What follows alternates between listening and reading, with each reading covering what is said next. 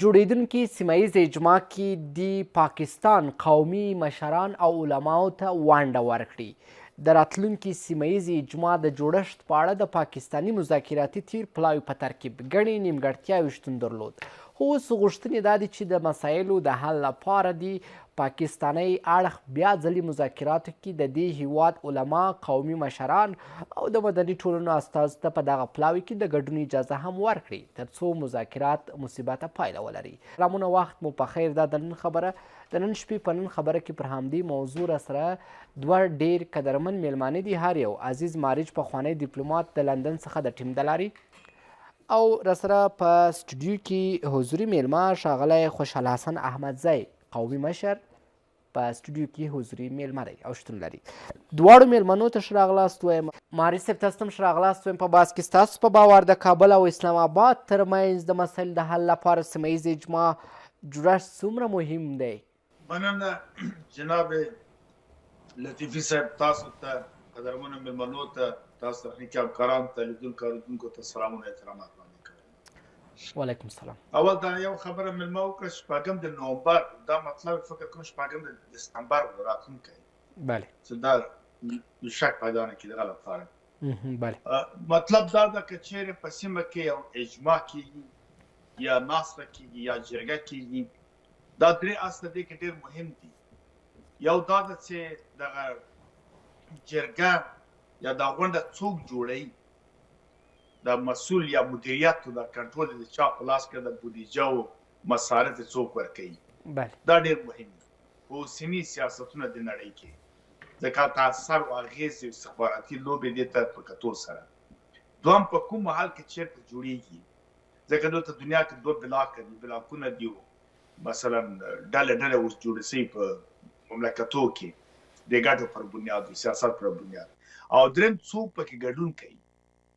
دغه درې شي ته سړی چې پام وکړي، بل هغه بیا کېدای شي د پایله په مقصد او په راتلونکي باندې خلک پوهېږي، او هغه ګډون کوونکي یا هغه مطرح هېوادونه چې په دې اجنډا کې دي، هغوی بیا ښه تدبیر نیولی شي، ښه اجنډا جوړولی شي، ښه تغذیه موقع کولی شي، ښه مثلا ډیالوګ کولی شي، یعنې مخکې له مخکې خپله تیاری ورته نیسي.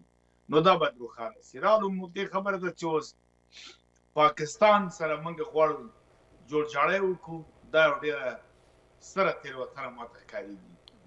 دا تقریبا 78 کاله چې پاکستان جوړ کړی شوی د یو ایالت په توګه غربي نړۍ د یو خپل مقاصد اهدافو دپاره چې هغه روښانه دي. په تلویزیونونو کې ډېر بحثونه کړي چې بالا دومره نړیواله جګړه څه پېښ شول، ولې جوړ شو، ولې د اسلام په فکر و مفکوره جوړ شو، خاوره د افغانستان د هند ولې جدا کړه، او دلته چا کار کوو. تر اوسه پورې جنرالانو مثلا ایزه بودیجه څوک ورکوي، او دوی خپله حمیدګل اعلان وکړ چیف افسر هم په واشنګټن کې ټاکل کېږي.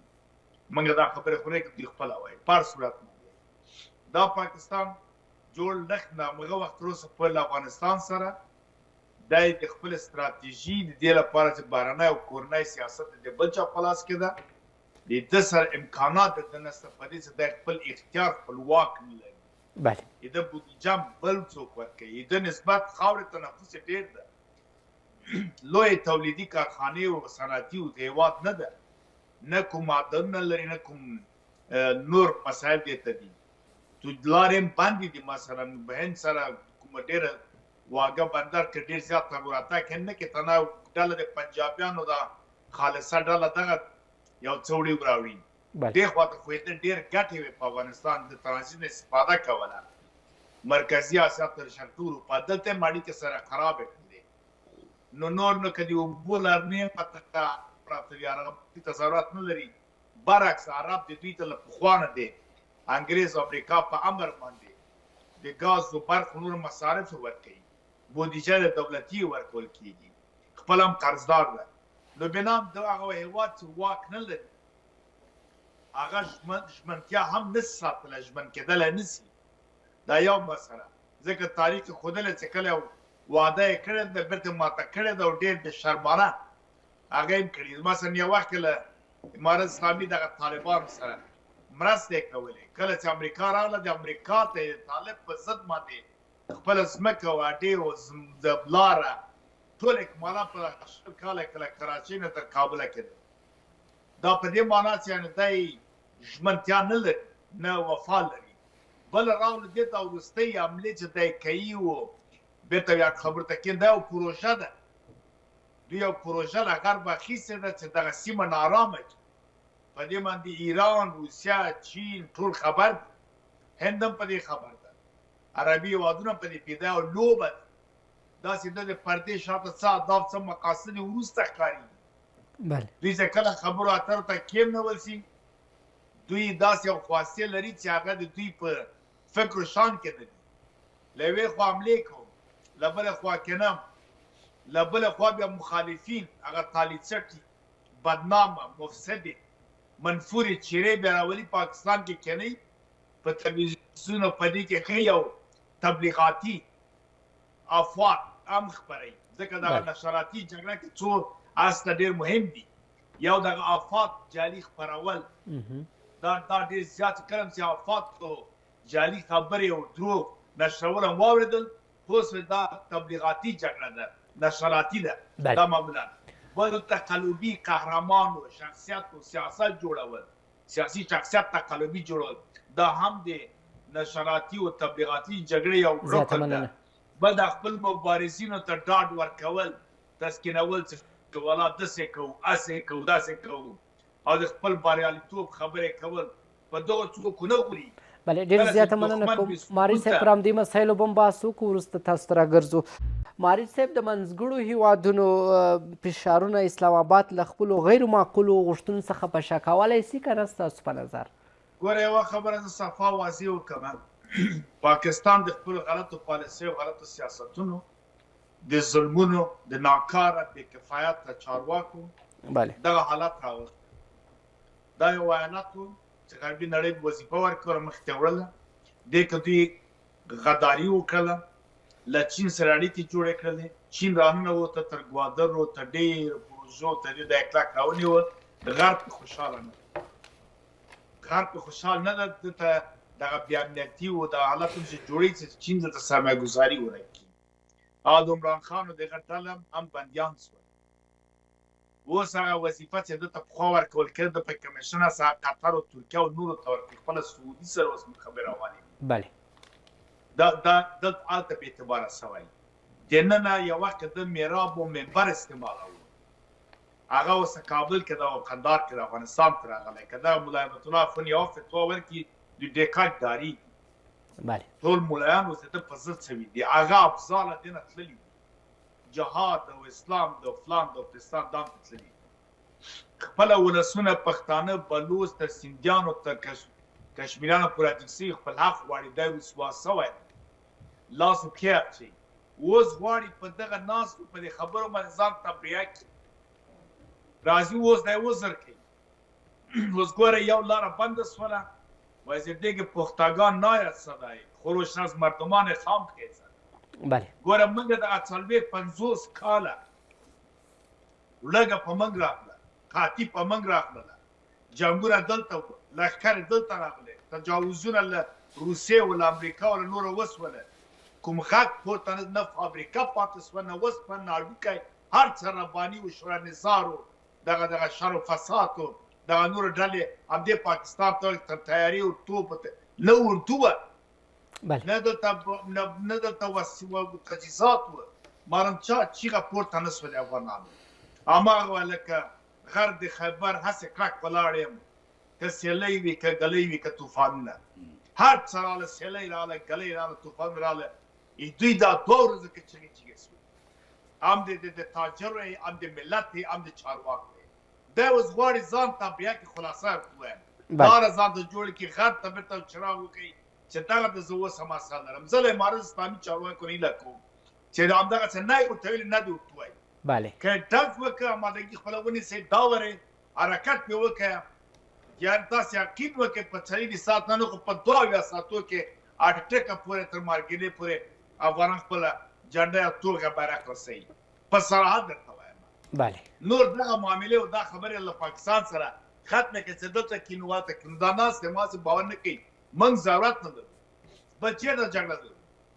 که چیرې کلکه جګړه روانه ده خو بس بیرغونه راټیټ کړه په سفارتونو کې ډیپلوماتیک اړیکې ایسته کړه بیا راځئ سره هغې کوو دا چل و فریبونه د هرې خوا ته لاړ چې تاسو باور وکړئ چارواکي تللی ایران ته و ایران ته چې مخالف ده او مخالف پالیسي ده د امریکا او د غرب دي سعودي ته خوا ته ولیدل چارواکي لاړل بېرته راغلل دغه پروژو دوی بېرته راغلي پروژه اوس نسي مخته کولی بلې خوا ته خبره دا خو د دوی مشکل دننه په افغانستان کې ملت هوښیار شوی اوس نن سبا په ښه و بد باندې پوهېږي بله پخوا خو په ښارو په دې جویو کې دا تعلیم یافته کسانو بعضې پېدل او دا کلیو بانډو کې دا په تیاره کې ساتل شوي وو اوس خو دغه طالبان ټوله کلي بلې مارج صاحب څه کول پکار دي باید څه وکړي د پاکستان د پوځي رژیم حاکمان د ترهګرو ډلو په تړاو باید څه ډول غبرګون وکړي یا څه ډول یې له منځه هلته د دوی د روزنې مرکزونه چې دي څه ډول یې له منځه یوسي که غواړي چې د سیمې سره خپلې اړیکې جوړې کړي هغه نه بیا یې هغه د نه دي جوړې کړي هغه پرې جوړې سوي دي بله که داعش ته که نورې ډلې که دغه درویس یا اوس څلېرویشت پنځه ډلې چې وي دا غربي نړۍ راوړي دلته جوړې کړي ما ویل دا ایالت دا جای ده بله دا اوس ادرسونه غلطوي دا اوس هم چې افغانستان سره خبرې اترې کوي ولا هند ده ولا افغانستان ده دا ده خپل ملت په سترګو خاورې اچوي چې موږ دلته نه یو ادرس غلط ورکوي دا روان دغه اوس ګوره ما درته ویلې د پخوانۍ ډلې تپلې بله چې نه یې غرب غواړي نه افغانان غواړي نه هېڅوک غواړي دی راغواړي هلته نمایشي یې کېدی حتی د مسعود زوی راوستله د مسعود زوی کېنوله ده هغه سره ویلي دغه راته امضا کړه چې که ته داعش سره دوی سره همکاري کوئ کومک کوئ ډلې تپلې مشرتوب یې اخلی په افغانستان کې زه حاضر یم تاسو دا کار وکړم او هغه خاینین خو طبعا له هر چا سره لاسلیک کوي بله ګوره د خپله د مسؤل او ګروموف سره KGB نه راپورونه راووتل چې ده سره پروتوکول لاسلیک کوي چې په همغه پروتوکول په سر چې دوی راڼو ته کابل ته یعقوبي ته یې ویلې د یار محمد چې راکړه دا پروتوکول ورنه کړه ما سره نه د جان باقي صاحب دا یې مړ کړه ورغله باقي نه واخیست هغه یې مړ کړه پروتوکول یې پټ کړه په قطع صفر چوریا کې دا لاسلیک شوي وو همدغسې ګوره له CIA سره اساد راووتله له امریکا سره له موساد سره راووتله هغه هنري لیوي سره یهود چې په 1981 کال کې په بازارک په جومات کې مېمانخانه جوړه کړې وه دغه اسنادونه وتله د څه نومېږي مولوي حسین احمد و که څوک و دغه اسنادو د نورو دا خو دا خلک دي چې دا پوهېږي چې دوی معامله ګر دي اما دا د اشتباه نه کوي ځکه دا خلک له ایران و روسیې و KGB سره اړیکې لري غرب نړۍ دا نه غواړي په صراحت ووایم پاکستان د دا اشتباه نه کوي چې هر څومره دوی چې تغییرات ورکړي خو بیا هم دوی کراو دي له ایران او تاجکستان او روسیې سره بله دوی د افغانستان په ګټه لري دوی صرف دا غواړي چې موږ ته ډېره زیاته مننه نور هر څه سره کوم ګوره پاکستان له هېڅ چیز نه دریغ نه کوي هدف ډېره زیاته مننه کوم ډېره زیاته مننه کوم په وروستۍ برخه کې بیرته تاسو ته راګرځم خوشحاله اوسئ مارج صاحب مارج صاحب داعش خوارج چې د پاکستان په لمن کې پراته دي څوک دي څه ډول یې تعریفوئ او پاکستان ولې د سیمې امنیت پرېږوښي ګوره دا څه وایي داعش دال الف عین شین دولت اسلامي عراق شام بله دا په دې مفهوم په دې معنا باندې امریکا جوړ کړی د سوریې او د عراق مسایل هغه وخت زمان کې چون په روسیه باندې د سوریه باندې جګړه شروع شوله پوتین مداخله وکړه د همدغه د شورا امنیت کې کېناست د همدغه داعش په نوم چې غږ چې دا خطرناک د باندې کو پوتین ویل چې و ډېر خطرناک د باید هم کومک وکړي لاړ هلته حمله شروع کړه کله چې له ترکیې نه د پوځ تېرېده مداخله وسوه چې دا پوځ ته اجازه نشته د برژنف او د بشار اسد د پلار حافظ الاسد یو پروتوکول راوویسته چې موږ دلته یو پروتوکول درلوده چې له ترکیې نه به ځو سوریې کې حمله کې موږ دفاع کوو دا د موږ مشروع حق ده بله دغه حمله سوله او مداخله سوله په سوریه کې جګړه سوه ویشتل سوله او ورانۍ سه دغه د داعش خبره امریکا کراکرا غلې کړله اله بغدادي مړ ساله فلانی مړ سه دا قصې سولې د دې لپاره چې استفاده بل و قضاوت بل وسره دا اوس بیا راولي کراکرا دلته په پاکستان په دې ځای کې ګورې ډاکټر صاحب خلیلزاد ساده سړی نه ده بله بالکل هغه له دوه ویس کلنۍ تر ویس کلنۍ نه په همدغو قصو میسو د دغه سیاستو د افغانستان کې پیل کړی و موږ ګورو هغه ډلې تپلې مفسدینو خوله یو خو مجاهد مجاهد خو پاک کلمه داخله هلته ورغلي وو د ناست و که هغه سره کارتر سره همده خلیلزاد ترجمه کوله په د اول کې چې دوی داود خان په وخت کې بغاوت شروع کړی نه روس و نه بل و دا یو تل بیا حمیدګل راوستل دي تنظیمونه شاید جوړ کړه خو نتایج ګوري چې خپل خور کي هم دوی پرې کړه خپل پلار په سره میخ هم وفات څه دوی وکړه کور دی ودان مارک نو بنان دغه خبرم دا کوله چې د من خبرم په هغه سواله چې سم باسم چې شی وسه د داعش خبره دغه داعش دی بیرته پاکستان ته راوستله دا غواړي مرکزي اسیا ته بله ځکه دلته نګراني موجوده ده تاسو ګورئ وزیر د خارجیې د چین له تاجکستان سره ګوري ډېره د شانګهای غونډه کې دا خبرې مطرح کېږي دا غواړي راولي و دلته د دا کډوال چې راوباسي په زور ظلم و مالم ترې اخلي کورم ترې اخلي ټول لوټ رالیږي هغه کور دی ودان جناب مارک صاحب دوی نه دا شان جوړ کړي منته خبره چې د اخري خبره دوی اوس غواړي د مسعود ډلې نه یا مخالفینو جبهې د شمال او افغانستان نه د مقاومت په نوم دا شان جوړ کړي هغه دوی کار ده افغانان خلک او خپل امارت اسلامي چارواکي شدید د داعش نفرت کوي ځکه دا پروژه او دا فکر د موږ نه ده دا ما وخت یادوي دا قصه په دیو کې دولت اسلامي عراق شام ده بله زیاته مننه کور دی ودان نه اسلامي حکومت جوړول اسلامي خوشاله اوسئ نو بیران دا کار نه کوي جناب عزیز مارک او مشر او سیاسي شنونکی او بل ډیر قدرمن میلمه مو د ټیم څخه وصل سوی میلمه د لندن څخه پخوانی ډیپلومات ښاغلی عزیز مارج ډیر زیاته مننه کوم درنو لیدونکو دا و د نن شپې د نن خبره تر بیا ښه وخت ښې چارې